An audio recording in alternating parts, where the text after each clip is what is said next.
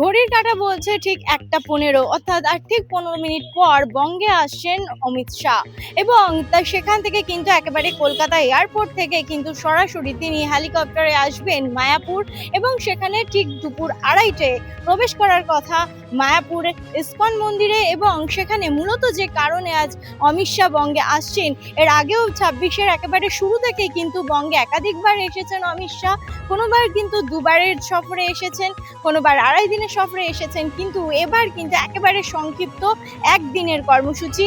এবং মূলত যে কর্মসূচির জন্য তিনি আসছেন, আজ ইসকনের কিন্তু ভক্তি শ্রীলা সরস্বতী ঠাকুর মহাপ্রভুর 152তম জন্ম জয়ন্তী, এবং সেই উপলক্ষে কিন্তু আজ মায়াপুরে আসছেন অমিত শাহ।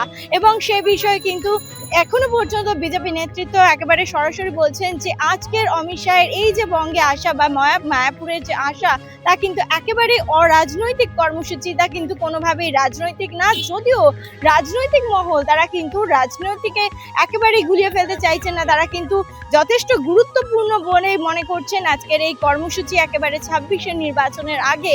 তবে অমিত শাহের এই আশা নিয়ে কিন্তু মায়াপুর জুড়ে কিন্তু একেবারে কঠোর নিরাপত্তা ব্যবস্থা গ্রহণ করা হয়েছে পুলিশ প্রশাসনের পক্ষ থেকে। যেমন মায়াপুরে একদিক থেকে সাধারণ মানুষের ভিড় যেমন থাকে সেরকমই কিন্তু একেবারে মায়াপুরে কিন্তু ভক্ত সমাগম ঘটছে, তারা কিন্তু আসছেন, প্রসাদ গ্রহণ করছেন, ঘুরছেন ফিরছেন, এবং একই সঙ্গে কিন্তু চলছে অমিত শাহকে স্বাগত জানানোর ব্যবস্থা। এবং সেখানে কিন্তু এখনো যা জানা যাচ্ছে যে দুপুর 2:30টায় অমিত শাহ কিন্তু এই মায়াপুরে ইসকন মন্দিরের প্রাঙ্গণে প্রবেশ করবেন, এবং সেখানে কিন্তু তাকে স্বাগত জানানোর জন্য রাস্তার দুধারে নাম সংকীর্তনেরও ব্যবস্থা করা হয়েছে, এমনটাই কিন্তু সূত্রের খবর যা জানা যাচ্ছে।